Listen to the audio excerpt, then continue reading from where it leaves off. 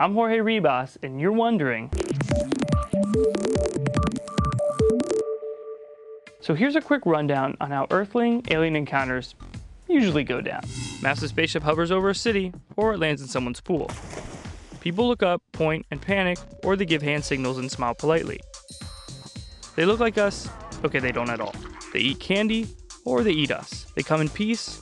We have come to visit you in peace. Or not. Time's up.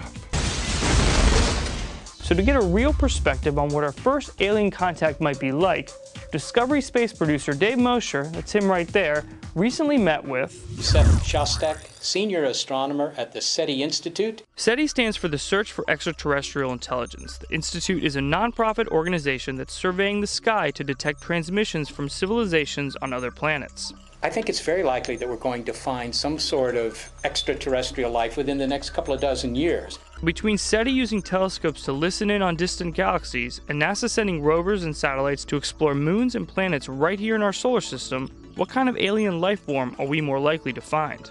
It's hard to say whether we'll first find very simple life, because there's probably a lot of that, but on the other hand, intelligent life might be making signals that would be easier to find from very great distance. So which one am I betting on? I'm not sure, but I suspect we may find life on Mars before we find life around the stars.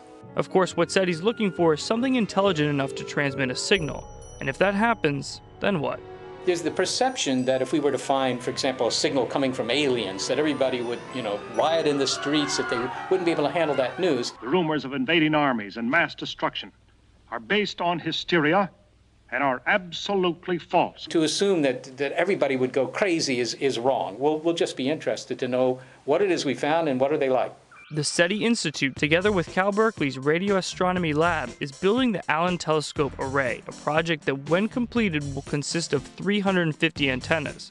And people often wonder, what's the point? Suppose we find pond scum on Mars, for example. There's pond scum here on Earth. Do we need more pond scum?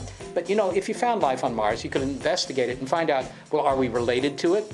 Are we descendants of Martians that hitchhiked on a rock, 4 billion years ago, made it to Earth, and we're their descendants? Wait a minute, but if that hypothesis is true, then that means the aliens are already here, and we're the aliens.